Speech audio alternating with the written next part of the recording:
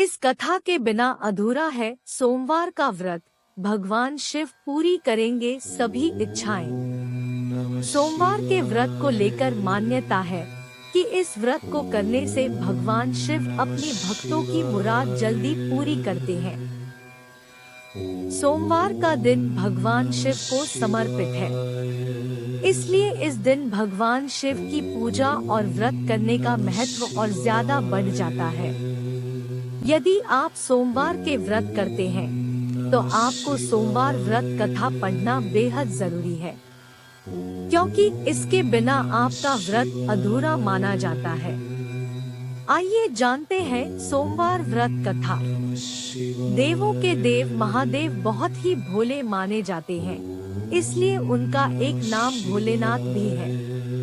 पौराणिक मान्यतानुसार भगवान शंकर को प्रसन्न करने के लिए किसी भी तरह के खास विशेष पूजन की आवश्यकता नहीं होती, क्योंकि कहा जाता है कि वह तो भोले हैं और भक्त की मन से की गई क्षणिक मात्र की भक्ति से ही वह प्रसन्न हो जाते हैं। अगर आप भी शिव की भक्ति और कृपा पाने के लिए सावन के सोमवार का व्रत करते हैं तो इस कथा से भोलेनाथ को प्रसन्न कर सकते हैं। इस कथा के बिना अधूरा है सोमवार का व्रत। भगवान शिव पूरी करेंगे सभी इच्छाएं। साहूकार को मिला संतान प्राप्ति का वरदान। एक बार किसी एक नगर में एक साहूकार था। उसके घर में धन की कोई कमी नहीं थी, लेकिन कोई संतान न होने के कारण वह बहुत दुखी था। संतान प्राप्ति के लिए वह हर सोमवार को व्रत रखता था और पूरी श्रद्धा के साथ शिव मंदिर जाकर भगवान शिव और माता पार्वती की पूजा करता था। उसकी भक्ति देखकर एक दिन माँ पार्वती प्रसन्न होकर भगवान शिव से साहूकार की मनोकामना पूर्ण करने का निवेदन किया। पार्वती जी के आग्रह पर भगवान शिव ने कहा कि हे पार्वती, इस संसार में हर प्राणी को उसके कर्मों का फल मिलता है और जिसके भाग्य में जो हो उसे भोगना ही पड़ता है। लेकिन पार्वती जी ने साहूकार की भक्ति देखकर उसकी मनोकामना पूर्ण करने की इच्छा व्यक्त की। माता पार्वती के आग्रह पर शिवजी ने साहूकार को पुत्र प्राप्ति का वरदान तो दिया, लेकिन उन्होंने बताया कि यह बालक 12 वर्ष तक ही जीवित रहेगा। साहूकार के पुत्र का कुछ ऐसे हुआ विवाह। माता पार्वती और भगवान शिव की बातचीत को साहूकार सुन रहा था, इसलिए उसे ना तो इस बात की खुशी थी और ना ही दुख। वह पहले की भांति शिवजी की पूजा करता रहा। कुछ समय के बाद साहूकार की पत्नी ने एक पुत्र को जन्म दिया। जब वह बालक 11 वर्ष का हुआ तो उसे पढ़ने के लिए काशी भेज दिया गया। साहूकार ने पुत्र के मामा को बुलाकर उसे बहुत सारा धन देते हुए कहा कि तुम इस बालक को काशी विद्या प्राप्ति के लिए ले जाओ। तुम लोग रास्ते में यज्ञ कराते जाना और ब्राह्मणों को भोजन दक्षिणा देते हुए जाना। दोनों मामा भांजे इसी तरह यज्ञ कराते और ब्राह्मणों को दान दक्षिणा देते काशी नगरी निकल पड़े। इस दौरान रात में एक नगर पड़ा जहां नगर के राजा की कन्या का विवाह था, लेकिन जिस राजकुमार से उसका विवाह होने वाला था वह एक आंख से काना था। राजकुमार के पिता ने अपने पुत्र के काना होने की बात को छुपाने के लिए सोचा क्यों न उसने साहूकार के पुत्र को दूल्हा बनाकर राजकुमारी से विवाह करा दूं। विवाह के बाद इसको धन देकर विदा कर दूंगा और राजकुमारी को अपने नगर ले जाऊंगा। लड़के को दूल्हे के वस्त्र पहनाकर राजकुमारी से विवाह करा दिया गया। साहूकार के पुत्र के निकले प्राण। साहूकार का पुत्र ईमानदार था।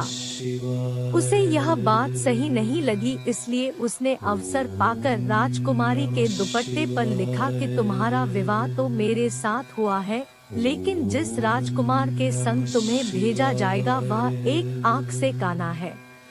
मैं तो काशी पढ़ने जा रहा हूँ। जब राजकुमारी ने चुन्नी पर लिखी बातें पढ़ी तो उसने अपने माता पिता को यह बात बताई। राजा ने अपनी पुत्री को विदा नहीं किया, फिर बारात वापस चली गई। दूसरी ओर साहूकार का लड़का और उसका मामा काशी पहुँचे और वहां जाकर उन्होंने यज्ञ किया। जिस दिन लड़का 12 साल का हुआ उस दिन भी यज्ञ का आयोजन था। लड़के ने अपने मामा से कहा कि मेरी तबीयत कुछ ठीक नहीं है। मामा ने कहा कि तुम अंदर जाकर आराम कर लो। शिवजी के वरदानुसार कुछ ही देर में उस बालक के प्राण निकल गए। मृत भांजे को देख उसके मामा ने विलाप करना शुरू किया। संयोगवश उसी समय शिवजी और माता पार्वती उधर से जा रहे थे। पार्वती माता ने भोलेनाथ से कहा, स्वामी, मुझे इसके रोने के स्वर सहन नहीं हो रहा, आप इस व्यक्ति के कष्ट को अवश्य दूर करें। यहाँ हर 6 महीने पर होती है माँ भगवती की मूर्ति पुनः अलौकिक है मंदिर। शिवजी की कृपा से जीवित हो उठा साहूकार का बेटा। जब शिवजी मृत बालक के समीप गए तो वह बोले कि यह उसी साहूकार का पुत्र है जिसे मैंने 12 वर्ष की आयु का वरदान दिया था। अब इसकी आयु पूरी हो चुकी है। लेकिन मातृभाव से विभोर माता पार्वती ने कहा कि हे महादेव, आप इस बालक को और आयु देने की कृपा करें, अन्यथा इसके वियोग में इसके माता पिता भी तड़पड़ कर मर जाएंगे। माता पार्वती के पुण्य आग्रह पर भगवान शिव ने उस लड़के को जीवित होने का वरदान दिया। शिवजी की कृपा से वह लड़का जीवित हो गया। शिक्षा पूरी करके लड़का मामा के साथ अपने नगर की ओर वापस चल दिया। दोनों चलते हुए उसी नगर में पहुँचे जहां उसका विवाह हुआ था। उस नगर में भी उन्होंने यज्ञ का आयोजन किया। उस लड़के के ससुर ने उसे पहचान लिया और महल में ले जाकर उसकी खातिरदारी की और अपनी पुत्री को विदा किया। सबकी मनोकामनाएं होती है पूर्ण। इधर साहूकार और उसकी पत्नी भूखे प्यासे रहकर बेटे की प्रतीक्षा कर रहे थे।